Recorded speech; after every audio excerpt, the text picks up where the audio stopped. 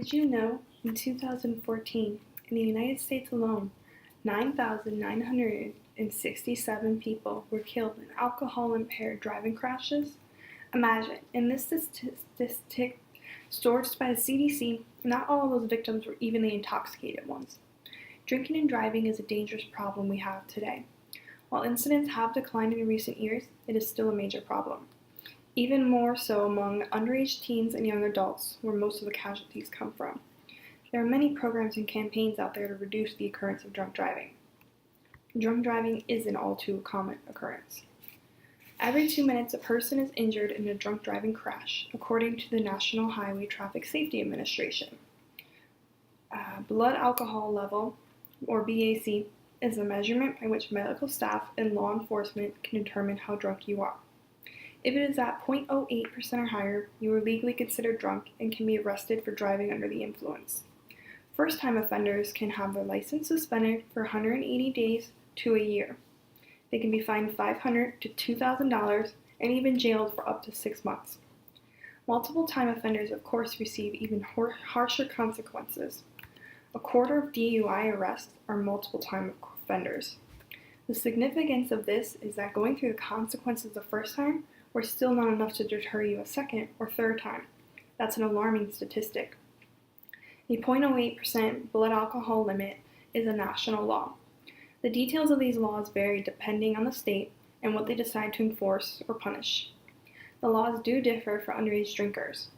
For example, in Florida, if you are under 21, you are legally considered drunk if your blood alcohol level is at 0.02%, and you will be charged with a DUI. The zero tolerance law still applies nationwide. That means no matter how much or how little alcohol you have in your system, you are still to be charged with a criminal DUI. Even one glass of wine with dinner can affect that. According to the Federal Bureau of Investigation, in their report, Crime in the United States 2014, an average drunk driver has driven under the influence at least 80 times before their first arrest. We must, of course, take this into context. This statistic is taken, assumedly, out of multiple age groups and in different demographics and geographics. This number still stands out as a call to law enforcement and other parties. How can we lower it? How can we teach people there are severe consequences to drinking and driving? This number just makes it sound as if people are all too comfortable drinking and then getting behind the wheel, not thinking of the danger they're putting themselves and those around them in. The accident and casualty rates for young people are even higher. It is even more common to have underage drinkers involved in drunk driving incidents. It is the most common cause for teen deaths. 54% of high school aged teens drink and drive according to the CDC. 10% of drivers under 21 account for 17% of DUI fatalities. Underage drinkers are more reckless as they are less experienced. They are more likely to cause or be in fatal accidents. Young adults and teens rarely wear seatbelts as well. Blood alcohol levels can rise faster due to their low tolerance and their still growing and developing bodies. Teens are more likely to binge drink as well, which is defined as having 5 or more drinks in 1 hour. Think about it. You're at a party after the big game. Everyone around you is doing it, and you just want to have a good time. So the drinks just keep coming. This kind of consumption will elevate blood alcohol levels much faster, and teens can succumb to alcohol poisoning quicker as well, which is a whole other issue in our society today. In Florida, if you are under 21 and charged with a DUI, you will be fined or sentenced to jail time. A first offense gets your license suspended for 6 months.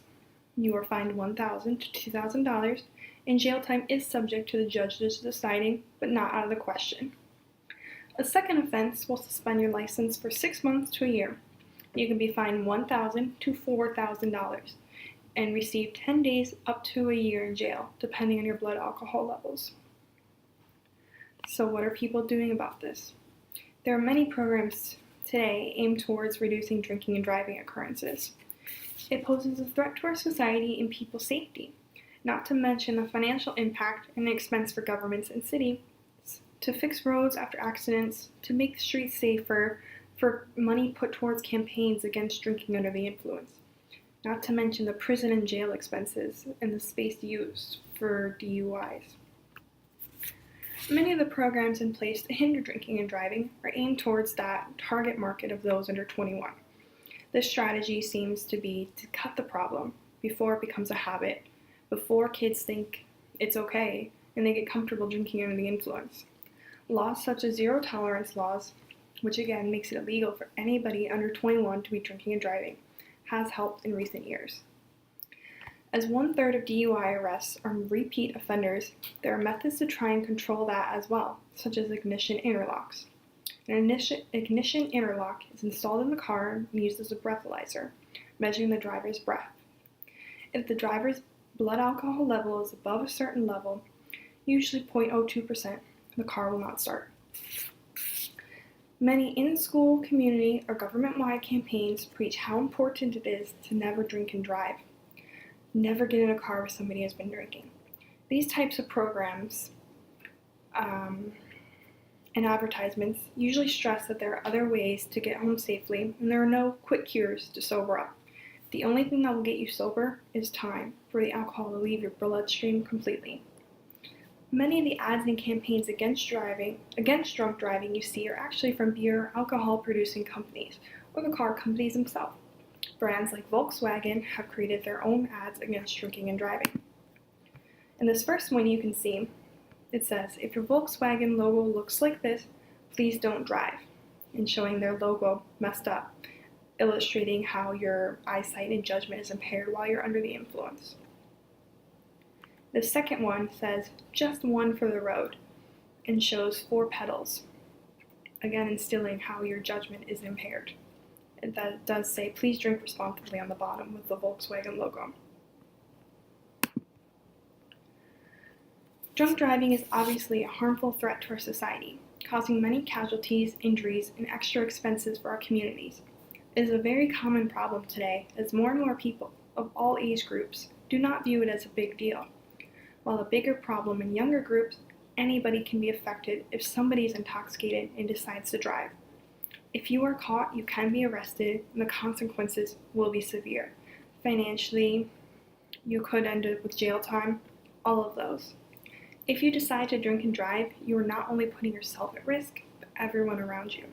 You could severely hurt or even kill somebody's child, mother, or father. Remember, it is not an individual choice, but a choice that can affect everyone around you.